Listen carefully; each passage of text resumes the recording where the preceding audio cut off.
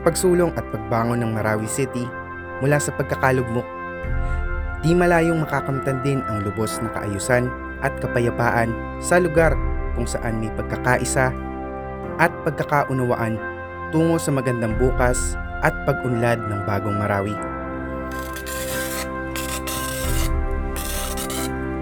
Sa isinasagawang pag-aayos at rehabilitasyon ng lungsod, tinatayang nasa 75% na ang natatapos dito ayon sa Philippine Information Agency. Inaasahang maisasakatuparan ang ganap na pagkompleto ng rehabilitasyon kasabay sa pagtatapos ng termino ng Administrasyong Duterte. Halos patapos na rin ang lahat ng road network sa lungsod. At sa tuloy-tuloy na konstruksyon sa lugar, marami na ring naipatayong mga gusali na mapakikinabangan ng mga mamamayan.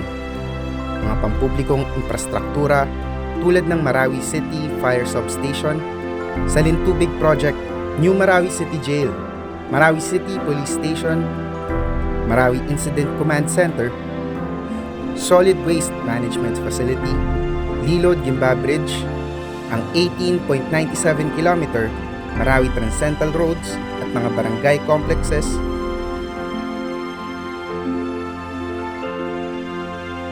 at kasalukuyang itinatayo ang Grand Padian Market with ice plant sa loob ng pinakaapektadong lugar.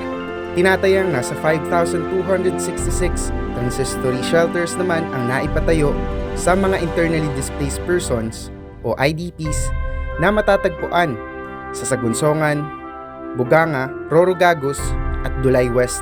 85% rito ay tapos na. Sa mga permanenteng shelters naman, determinado ang Task Force Bangon Marawi sa pagkumpleto ng 2,000 unit sa ilalim ng Pamayandeg Saranao Residences Project sa Barangay Dansalan. Samantala, 1,277 permanent shelters naman sa Barangay Dulay, Kilala, Gadongan at Patani ay nagawa na sa ilalim ng Social Housing Finance Corporation at UN Habitat. Doon sa most affected area, may mga infrastructures tayo na ginagawa. Ito yung, for example, yung ating school buildings. Papatayo na tayo ng bagong school. Tinatawag nila doon integrated school. So this is composed of 10 buildings, isang admin building at saka parang isang covered court. Ongoing yan ngayon. Malapit na matapos yung isang building. Ang isang building yata is 4 floors. So, yung isang building is halfway, the rest ay sinisimulan na. Meron din tayong barangay hall complex, ginagawa yan. 24 yan, sa ngayon 18 or 19 yata yung nasimulan na.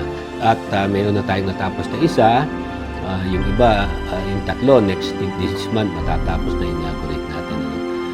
Siya ay barangay hall complex kasi meron na siyang madrasa, classroom sa loob, at saka meron na siyang provision for health center. So, hindi lang siya barangay hall. 8 sites yung ating temporary shelters.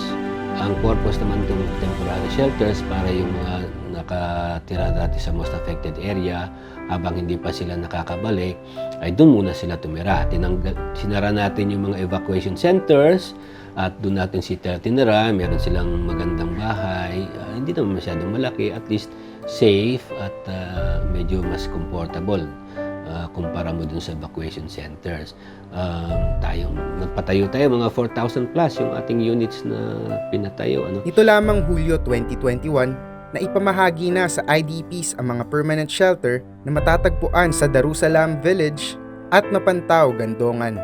Sa kasalukuyan, unti-unti na ring natatapos ang isinasagawang rehabilitasyon sa mga bahay-sambahan. Yung ating mga mosque, meron tayong mga mosques na pinapatayo at nire-repair. Dalawa yung ipapatayo natin. Yung isa yung Bato Mosque. If you remember, yung Bato Mosque ay scene of heavy fighting. Kaya ito'y talagang nasira at kinakailangan itong ipatayo ng bago. So giniba ito at we are constructing a new one. No? Kasi nga hindi na talaga pwedeng i-repair yung old structure. Meron pa tayong ibang mga mosque na nire-repair. Ang pinakamalaking mosque na nire-repair natin ay yung Grand Mosque. Yun siguro mga 80% complete na yun. Hopefully matatapos natin by around October. at ito'y napakaganda.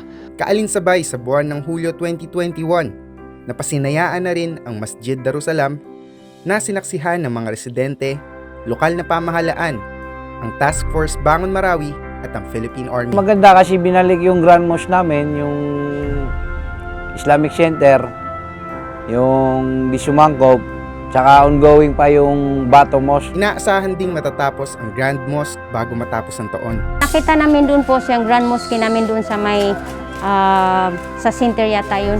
Nagpapasalamat din kami sa kanila na pinagandahan nila po lalo yung paggawa sa aming masjid kasi yan din naman po ay para sa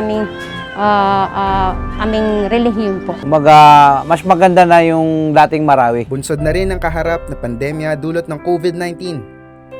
Isinasagawa na ang konstruksyon ng mga barangay health center sa lugar upang masiguro ang kaligtasan at kalusugan ng mga kapatid nating Maranao. Sa pagsasagawa ng mga proyektong pang-infrastruktura sa lungsod, inaasahang manunumbalik na ang sigla at saya sa lugar na ito. Gayon din ang pagkakamit ng tunay na kapayapaan.